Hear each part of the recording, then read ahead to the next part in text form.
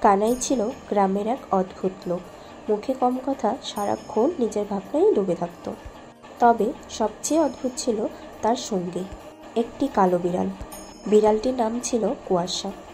গ্রামের সবাই বিশ্বাস করত কুয়াশা নাকি মানুষের কথা বোঝে, আর মাঝরাতে নাকি মানুষের মতো চোখে তাকিয়ে কথা বলে। কানাইয়ের বাড়ির পাশ দিয়ে রাতের বেলা কেউ হেঁটে যাওয়ার সাহসই করতো না, কারণ তখন কুয়াশা ছাদে বসে টের পেলেই আচমকা মিয়াও করে উঠত। সেই শব্দেই যেন বাতাসকে ঘুরত।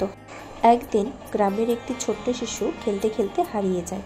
সবাই অনেক খোঁজাখুঁজি করে হাল ছেড়ে দেয়। ঠিক তখনই দেখা যায় কুয়াশা মেয়েও মেয়েও করে একটি নির্দিষ্ট ঝুঁকির দিকেই যাচ্ছে। লোকজন কৌতূহলবশত বিড়ালটির পেছনে পেছনেই যায়। অবশেষে ঝোপের ভিতর থেকেই শিশুটিকে অক্ষত অবস্থায় খুঁজে পাওয়া যায়। সবাই বিস্মিত, কালো বিড়ালটি নাকি সত্যিই অলৌকিক।